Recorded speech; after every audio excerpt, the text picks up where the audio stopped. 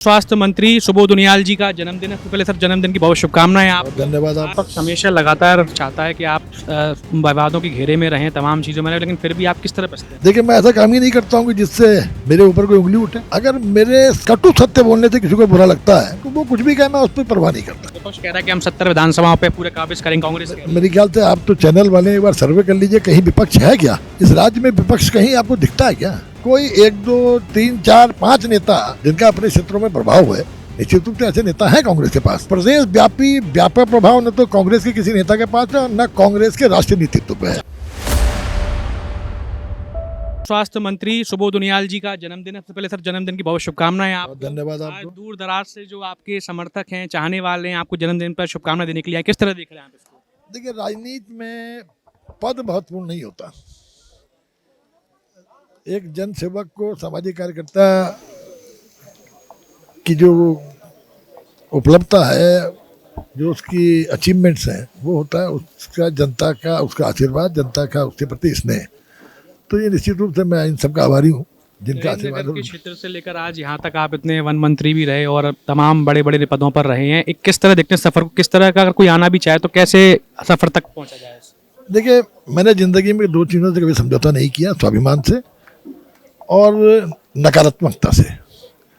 मैं हमेशा अपने लोगों को भी कहता हूँ कि ज़िंदगी में आगे बढ़ने के लिए सबसे बड़ी आवश्यकता है पॉजिटिविटी की, सकारात्मकता की।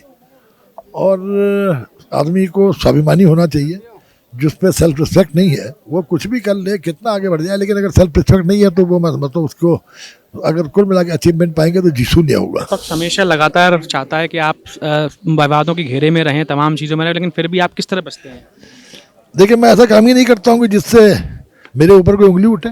अगर मेरे कटु सत्य बोलने से किसी को बुरा लगता है तो वो कुछ भी कहे, मैं उस पर परवाह नहीं करता। अच्छा, नरेंद्र नगर में मेरे द्वारा एक ग्राउंड रिपोर्ट भी करी गई थी, जनता की में गया था, जनता से बातचीत हुई तो जनता ने कहा कि सुबोध उनियाल जी को हम चाहते हैं एक बार मुख्यमंत्री बनाया जाए, जिससे कि जिस तरह से नरेंद्र नगर का चौतरफा विकास हुआ है वैसे ही हर जगह विकास होना चाहिए, लोग ये कह रहे थे। देखिए, राजनीति में दुनिया में जिंदगी में 3 चीजें हैं: पद, पैसा और प्रतिष्ठा।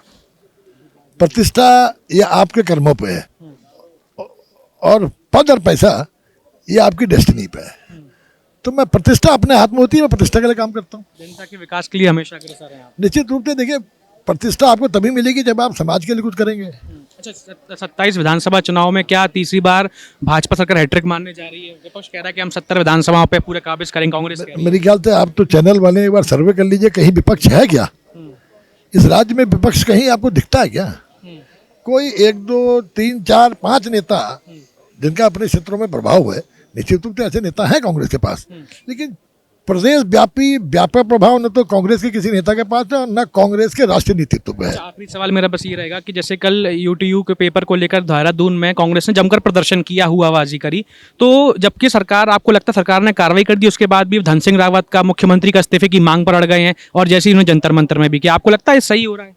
मैंने आपसे कहा ना, ये गतानुगतिको लोको, इस देश में दुर्भाग्य से हर गलत काम की नकल करने की आदत पड़ गई। अरे अगर नकल करनी है तो अच्छे काम की करिए। गलत काम की नकल करके विपक्ष अपनी उपस्थिति का एहसास दिलाना चाहता है। सरकार ने तत्काल उसको बर्खास्त भी किया, जो प्रोफेसर हैं। और देखिए, कोई व्यक्तिगत आदमी अगर कोई गलती कर रहा है, इसके लिए पूरी सरकार को दोष देना, ये मैं समझता हूँ ये निंदनीय भी है और ये छोटे दिमाग की सबको पता है। मैंने उनसे ये पूछा कि भाई जहाँ जहाँ सरकार कांग्रेस की भी है या फिर आम आदमी पार्टी, वहाँ भी पेपर लीक हो रहे हैं, लेकिन वहाँ पर आप लोग इस्तीफा क्यों नहीं मांग रहे? तो वो लोग ये कह रहे थे कि जहाँ जो भी कुछ हो रहा है ये पूरा सिर्फ और सिर्फ भाजपा और आरएसएस का संगठन है, बस वही कर रहा है, चाहे वो पूरे देश में हो चाहे कहीं भी। देखिए, उत्तराखंड राज्य की जहाँ तक बात है, मैं समझता हूँ देश का सबसे सख्त नकल विरोधी कानून हमारी सरकार ने दिया और कई राज्य की सरकारों ने उसकी कॉपी भी की है। और अब भारत सरकार भी बहुत सख्त कानून लेने जा रही है। देखिए, हमें तो जब बीमारी का पता चलता है तो उस बीमारी का फिर इलाज करने की प्रक्रिया शुरू होती है और उसका रास्ता निकाला जाता है। तो आज उत्तराखंड में हम लोगों ने रास्ता पहले निकाल दिया। आज पूरे देश में ये दिखाई दे रहा है कि इसकी आवश्यकता है, तो आज पूरे देश में लागू होने की बात। लोग ये कह रहे हैं कि आपको ऋषिकेश का शायद दायित्व मिल सकता है 27 विधानसभा चुनाव में, ऐसा कुछ होगा? देखिए, ये पार्टी भारतीय जनता पार्टी की राष्ट्रीय पार्टी है और हर व्यक्ति पार्टी का कार्यकर्ता है। पार्टी का निर्णय सबको मान्य होता है। तो दर्शकों, ये थे हमारे साथ में सुबोध उनियाल जी, जिन्होंने अपनी बात को बड़ी बेबाकी से रखा और बताया कि इस बार जो है जनता का प्रेम उनके साथ किस तरह रहेगा और पार्टी जो निर्णय लेगी, अगर उनको नरेंद्र नगर से लड़ाएगी तो नरेंद्र नगर से, और अगर उन्हें ऋषिकेश का दायित्व मिलेगा तो ऋषिकेश से भी लड़ने के लिए वो तैयार हैं। आप इस तरह की तमाम खबरों को, ग्राउंड रिपोर्ट्स, इंटरव्यूज को देखने के लिए देखते रहिए द न्यूज़ वर्ल्ड नेटवर्क। बहुत बहुत धन्यवाद।